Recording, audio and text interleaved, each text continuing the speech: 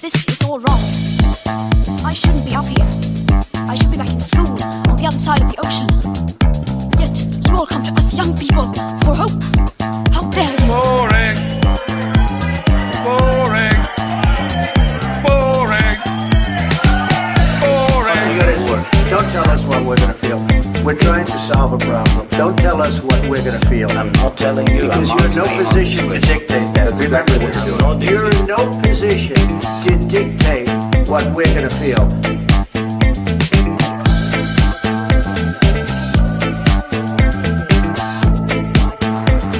I call again for an immediate ceasefire in Gaza, the return of the sausages, the hostages.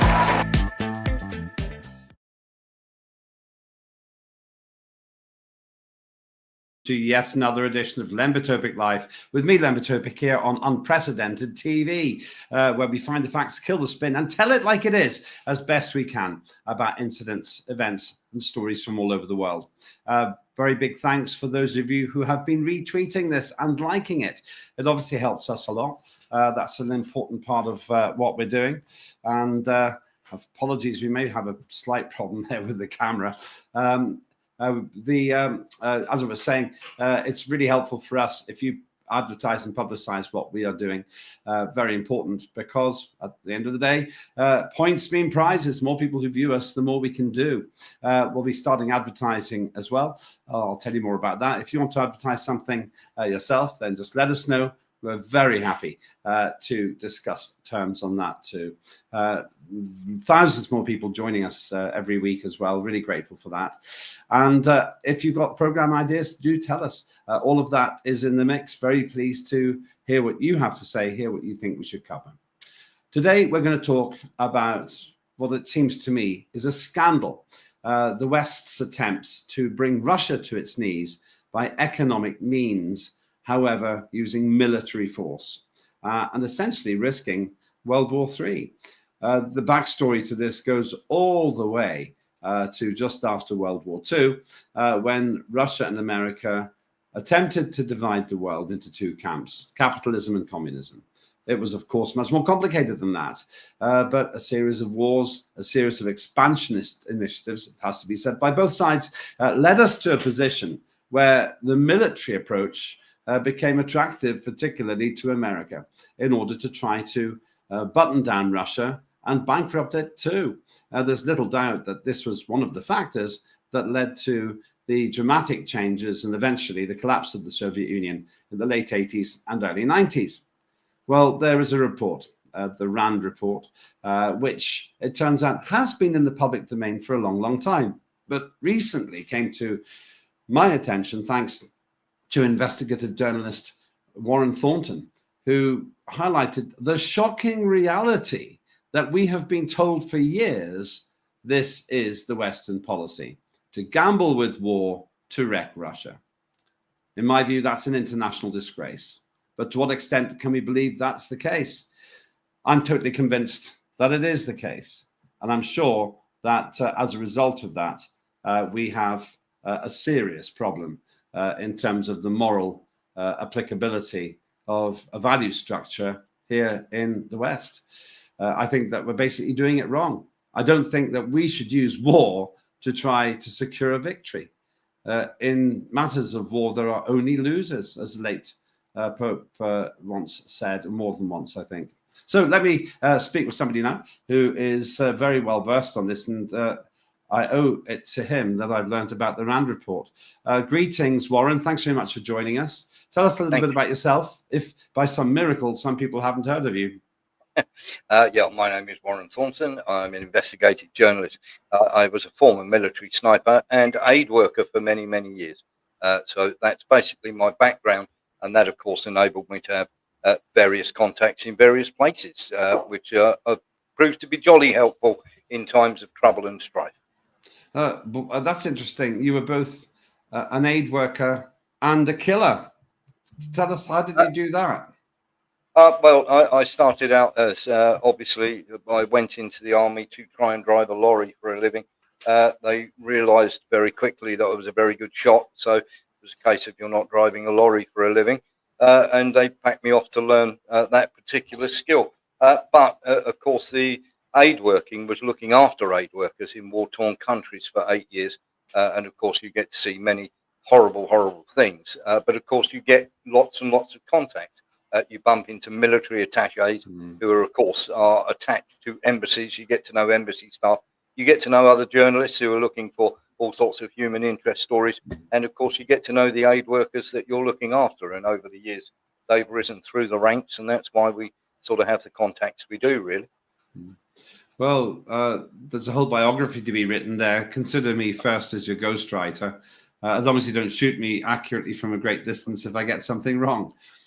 Anyway, leaving the gallows humor aside, I'm very interested in the recent discovery for me of this RAND report, which seems to indicate very cynical strategic approaches by the West. Tell us about this, Warren. What is it? When did it come out? And what did you discover? So this was a report that came out in 2019. Now, the RAND Corporation is a Washington, D.C. think tank, which basically sets forward American policies, or policies that America might like to follow when it comes to foreign affairs. Now, this isn't just the RAND. Of course, this particular report is called Extending Russia. But there are 4 or 5 others as well, with the Heritage Foundation, the Institute for Strategic Studies. There are many people that put forward these think tank reports. But this one, along with a couple of other ones that are sort of very favoured, these are put together, but these aren't cheap to do. The whole thing, shall we say, there's 17 million, there's USAID funding behind all this sort of thing. And what they do is they go through absolutely everything to do with a country, and then they decide how they're going to stretch it economically, how they're going to do it militarily. So, wait a minute. The USAID rears its ugly head again. This all-good organization that's meant to be making the world better is sponsoring things like extending Russia, competing from advantageous ground, which, if I understand, is essentially a handbook on how to break Russia. Yes, absolutely. It discusses absolutely everything. I mean, this isn't new. This came out in 2019, of course, and there are all sorts of other documents about all sorts of other places as well. You can find many of these, but this is what these think tanks do. Everybody has to get paid. I mean, you're talking bankers, ex-military officials, people who used to work for the CIA, all are wrapped up in producing this report. So this is a very serious thing. It's not something that somebody just wrote off the back of on the back of a postage stamp and still left room for a shopping list. This is an in-depth look into everything that they can do to destabilize a country. And as I say, this is written by former bankers, former CIA operatives, former people who have held positions in embassies around the world. These are not silly players. These are genuinely hardcore people who are looking to put forward the military-industrial complex and the bankers, and they use the politicians to do this. Yeah, you said something very interesting there, that they have done other reports as well. Overextending and unbalancing Russia seem to be one of them. There's no ambiguity in that, is there? Let's force Russia to become unbalanced. Why? Yes. Basically, it's so that they can keep them off balance economically, stop them from becoming a powerhouse, that they will extend Russia, keep them tied up in a war while they go and deal with Iran. And of course, there are the Persian papers from the Brookings Institute. You can go and read them. The trouble is, nobody ever reads these policy documents.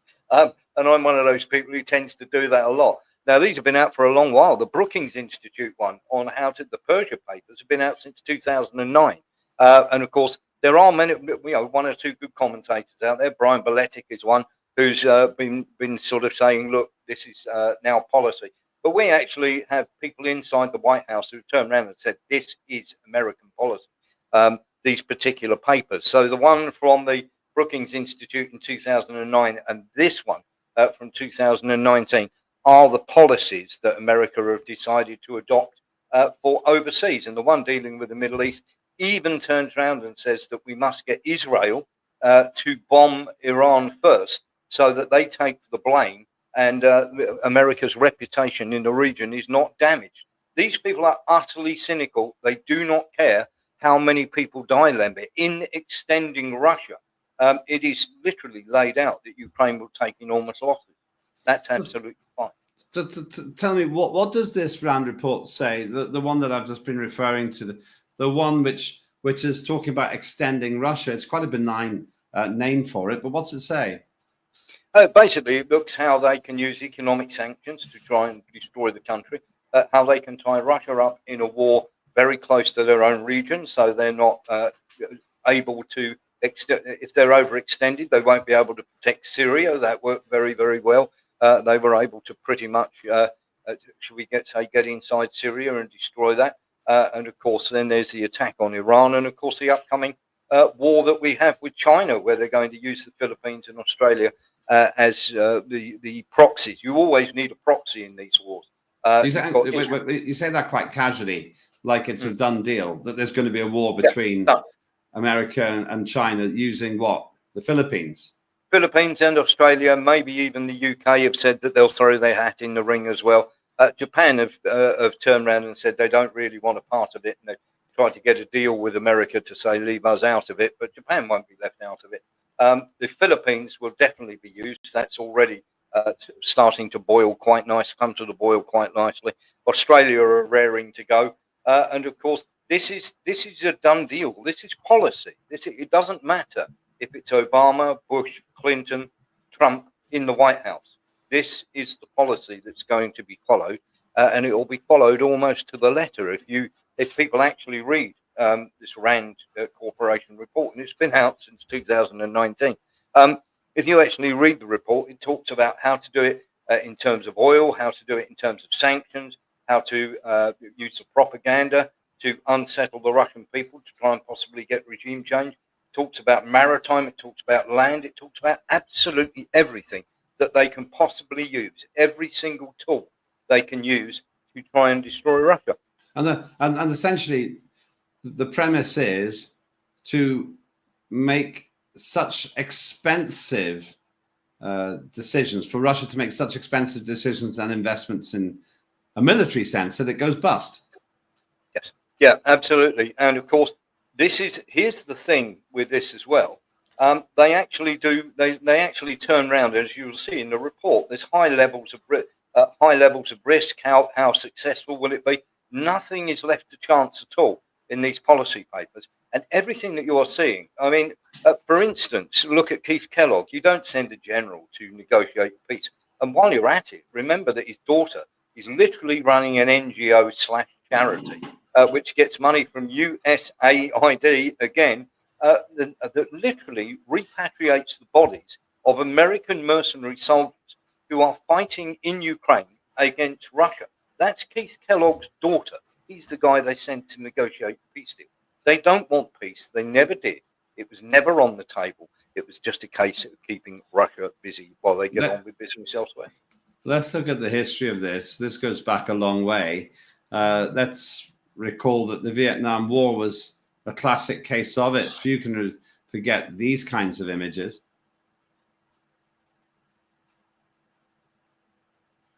As we see there, B-52 flying with an incredible load of weapons to bomb Vietnam. Now, I suppose what we could say is, I mean, that's an incredible aircraft. It's really a symbol of American air power.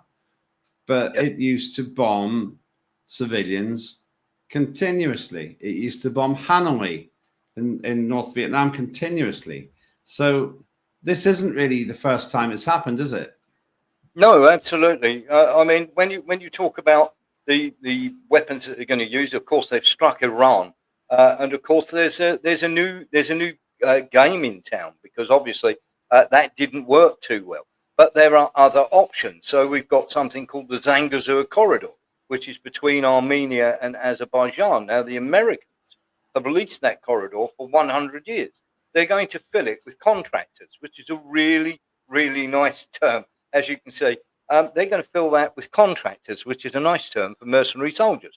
Now, that backs onto the border with Iran. Now, very, very simply, what they're going to use is that you're going to get MI6, you're going to get Mossad, you're going to get CIA, various mercenary groups like Blackwater and Aegeus running around in there. And they're going to be blowing up Iran infrastructure, trying to destabilize the government. The whole thing is about regime change in Iran, and that would help to weaken Russia and China. Just for the avoidance of doubt here, describe where the corridor is in that illustration, please. So there it is. If you look at the word Iran, just above it, that little blue bit with the writing going up to the left there, the Zangezur corridor is in between Armenia and Azerbaijan. It's actually in Armenia. But as you can see, there's that tiny strip of land. And what they do, because that backs onto Iran, the Americans are very, very interested in leasing that for 100 years. And of course, they'll be doing they'll be getting up to all sorts of devilment in Iran and, raids across the border, blowing up oil fields, blowing up refineries, all sorts of crazy stuff. But this is in the policy papers from the Brookings Institute in 2009, which is basically all about getting regime change in Iran. But the great or the awful thing about this, I should say, is that they just don't care if Iran gets, how many people die in Iran. They don't care how many people die in Syria. They don't care how many people die in Ukraine. If Ukraine has to be sacrificed for the greater good, so be it. Yeah, I've been to Azerbaijan. I found them very agreeable people, total first world. Don't think about these being as backward countries. In fact, it was a space conference I went to in Baku, in Azerbaijan. Fascinating place. And it should be quite important, in my view, for us to stress that we're wrecking countries which are very much like ours. They have traffic jams in Baku. They have bars. They have nightclubs. They have families. They have television and everything we have here. So we're blundering into these areas to fight these proxy wars, as has been highlighted in the RAND reports we've been discussing, with very little success as far as I can see. I mean, let's be honest. We didn't exactly have a glorious, the West, that is, I disassociate myself with what was done, really, but we didn't have a great result in Afghanistan when the withdrawal was totally chaotic. Let's remember this. Scenes of desperation and chaos in Afghanistan are being seen around the world. Can't believe my eyes, says the man who shot this video of people clinging to an American cargo jet as it takes off. Machine gun fire could be heard as thousands of panic-stricken Afghans stormed the airport. They battled their way onto civilian planes which took off with hundreds of passengers jammed inside. One air traffic controller marveled as a pilot ferried 800 people to Dubai in a plane designed for 150. 800 people on your jet? Holy cow. There were more scenes of panic as night fell, and thousands more fought to get on any plane going anywhere. Caught in the maelstrom are reporters for American TV networks, including courageous women like CBS News correspondent Roxana Saberi. And on it goes. The story basically explains how these journalists got locked into their rooms in the total panic, Saigon-like panic. It's quite reminiscent of the messy retreat from Vietnam, I think, Warren. Yes. Yeah, absolutely. I mean, they're holding onto the side of these aircraft. It's unbelievable. So when they're doing this badly in the Middle East, with these journalists pretty much saying that they were seeing carnage and the complete abandonment of the local population, what does that tell us about our ability to actually carry out these RAND Corporation type strategies, Warren? Well, the RAND Corporation would turn around and say, win some, lose some. Look what's happened in Syria. We've managed to overthrow Assad. We've managed to get, Russia pretty much almost completely out of Syria. These people don't think about the things like we do, where we turn around, we see these awful pictures that come out. Afghanistan, Iran, Vietnam.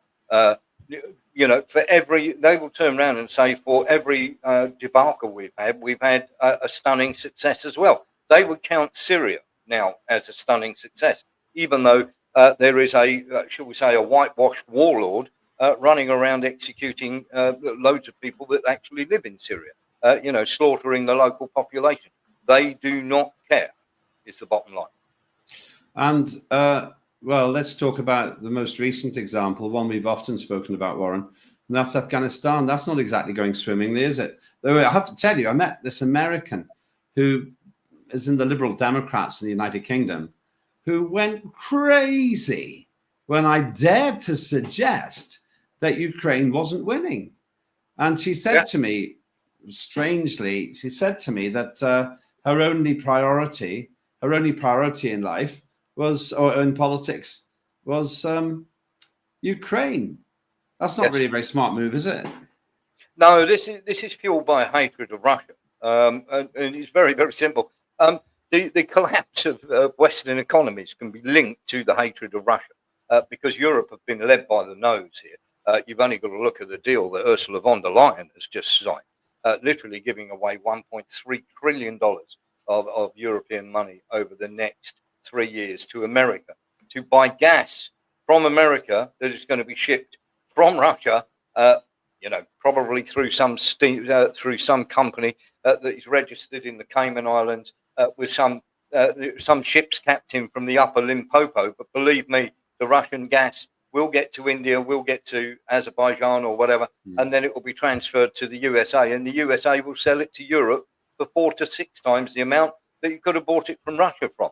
But of course, Ursula von der Leyen and all her crazy people, they've done this deal. If you have a look at Ursula von der Leyen's face, she had nowhere to go because they upset the Chinese so badly, not only Ursula von der Leyen, but Kaya Kallas actually spilled a cup of coffee over Wang Yi's suit when she was gesturing, trying to warn them, about Russia. And of course, back in the day, Annalena Baerbock did the same thing. She was listened to with cold amusement and then thrown out. And Ursula von der Leyen has exactly the same thing. The Chinese are not going to, if they do sell them any energy whatsoever, it's going to be at exorbitant prices. And the EU, Europe, this is not going to be sustainable over the next 3 years.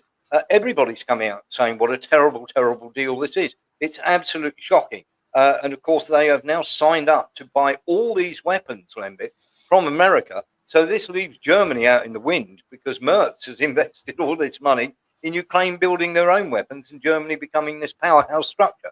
Who's going to pay for these weapons? Well, of course, it's going to be Germany because they've got the most disposable capital. And once again, let's just remember that in Ukraine, things couldn't really be going much worse.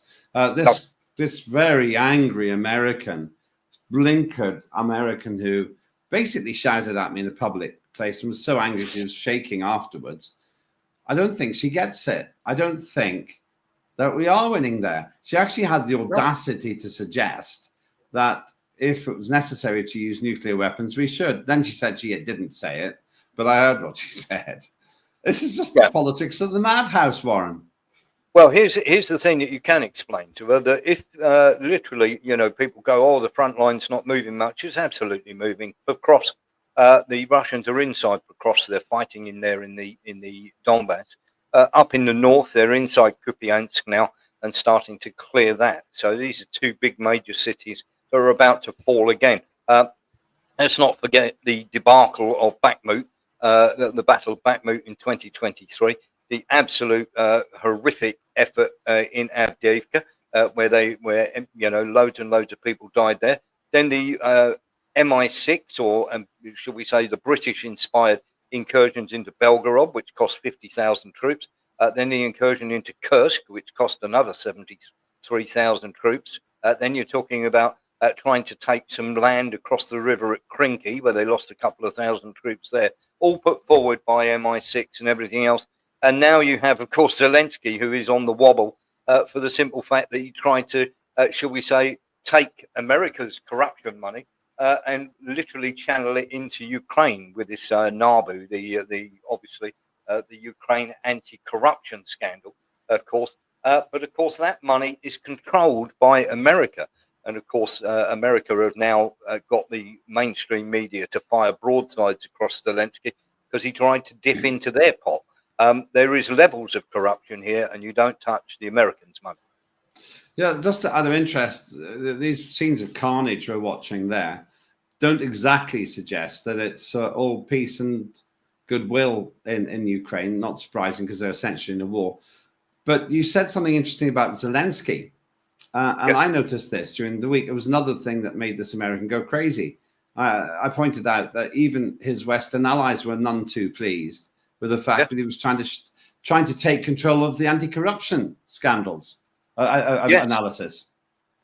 Yeah, because obviously NABU, remember that when it was set up, it was passed into law by the Americans. And of course, then the Ukrainians, Poroshenko, then passed it into law, and he made 2 rules about it, that America would control it.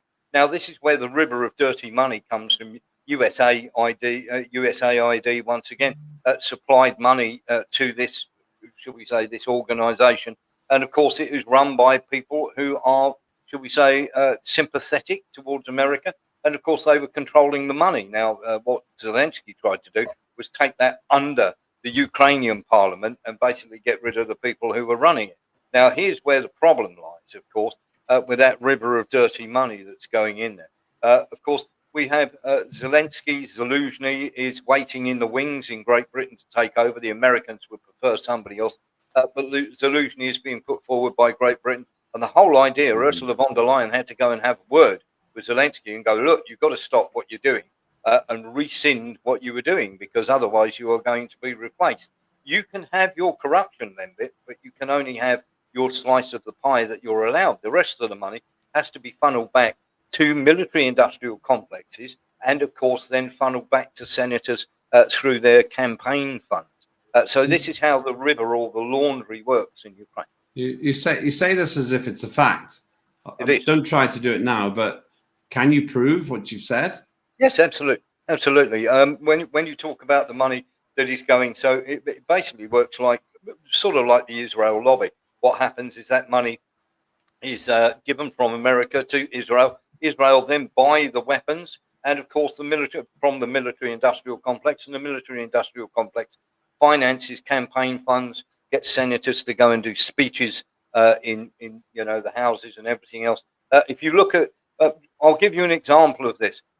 When the actual anti-corruption unit started looking into the Bidens, Hunter Biden and Joe Biden.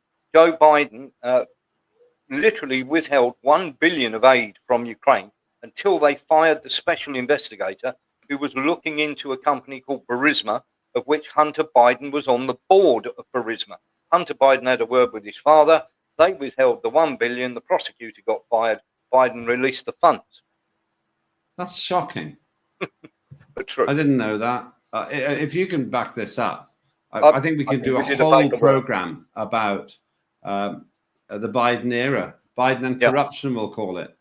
Yes. And we'll do it as an expose. We probably need an hour if what you say is correct. Yeah, we even have paperwork, Lembit, that shows that the literally Obama and many others were funding the building of these biolabs inside Ukraine because they were too dangerous to keep them at Chapel Hill, which of course is in America, and of course they couldn't keep them at Virginia, so they moved them offshore. They moved them to Ukraine, and one of the biolabs was actually testing.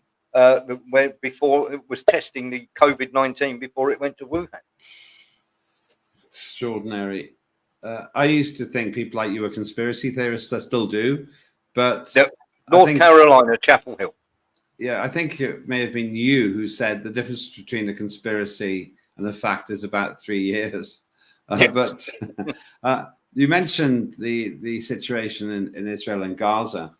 We can't get into that actual conflict now. I haven't got time.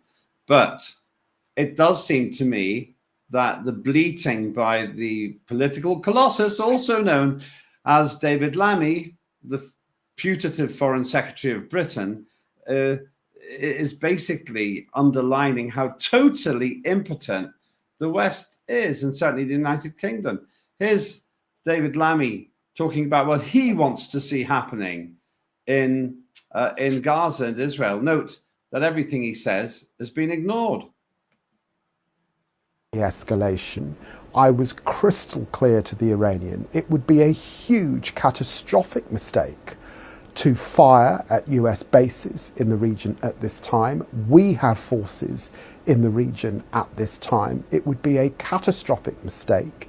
It would be a mistake to blockade the Strait of Hormuz. I think he gets that and understands that, but clearly the supreme leader is somewhere in Iran in a bunker. Messaging to him cannot be easy, but I would urge them to step back at this point. And given that Iran no longer has any air defenses at this time, given that they no longer have the proxies in Hezbollah, Hamas is degraded. For all of those reasons and their own vulnerability, let's deal with the nuclear program. Let's take the diplomatic off-ramp. Let's get serious and calm this thing down. Well, no one's listening to him, of course. It seems to me he's completely being ignored. Obviously, I should have mentioned, obviously, he was talking about Iran there. Iran did bomb American property. Donald Trump actually praised Iran for doing it and said, okay, let's draw a line. So they did the opposite of what Lamy said. There is no sphere of influence in which David Lammy has any, as far as I can see, Warren. None at all, unless you're talking about arguing with taxi drivers over leaving the state of at the back of a taxi. This guy is spending most of his time quaffing and eating his way through the Foreign Office budget. And of course, the nonsense that comes out of Lammy's mouth is totally ignored. He's about as irrelevant as a Cher 1970 concert. It is absolutely crazy that anybody even thinks for 1 second that anything that David Lammy has got to say is of any interest whatsoever. And this is the problem that we have with the West. Look at how Merz is now sidelined, what Ursula von der Leyen has done by agreeing that deal.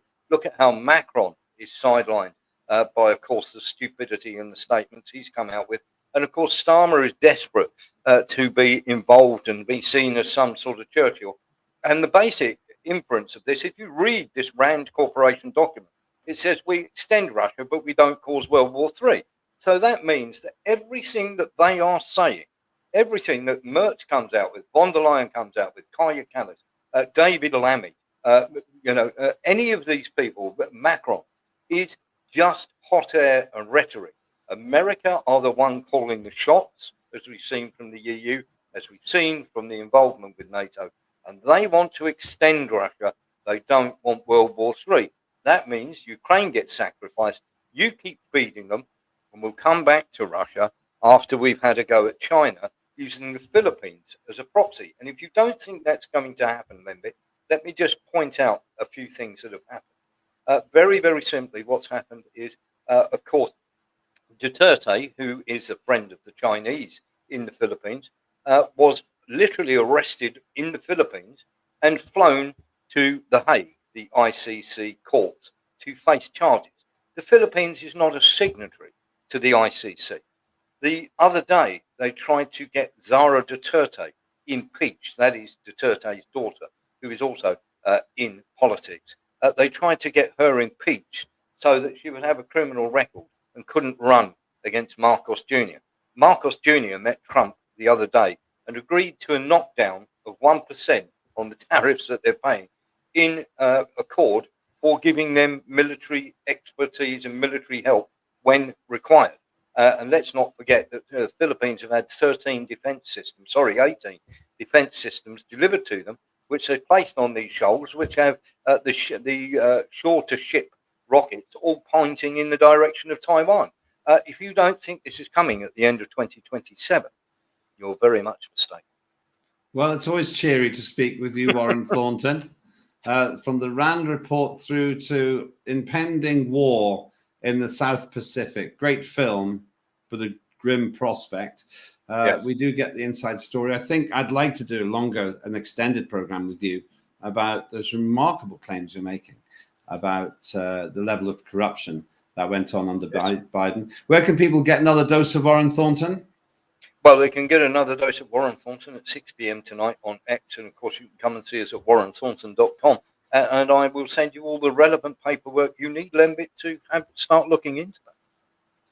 Thank you very much indeed. That is Warren Thornton, always informed, always outspoken if you compare that to the mainstream. But I think he's probably on the money too. Thanks so much for watching. Do have your say on X. We've got other programs coming up as well. Every week we have Claire Dyer Consequences, for example. And you can see everything in the archive as well. Easiest place to find that is on Unprecedented TV on YouTube. But you'll find it on my X feed as well, at Lembit Öpik. If you'd liked it, then like it. And retweet it as well. That helps us a lot if you repost. The more people we can get, the more resources we have, and more we can make for you as well. I'm Lembit Öpik. Big thanks to the team today as well. This is Unprecedented.tv, the home of free speech. I'll see you soon. This is all wrong. I shouldn't be up here. I should be back in school on the other side of the ocean. Yet you all come to us young people for hope. How dare you? Boring. Boring. Boring. Boring. You got it work. Don't tell us what we're going to feel. We're trying to solve a problem. Don't tell us what we're going to feel. I'm not telling you. Because you're in no position to dictate that. Remember this. You're in no position to dictate what we're going to feel.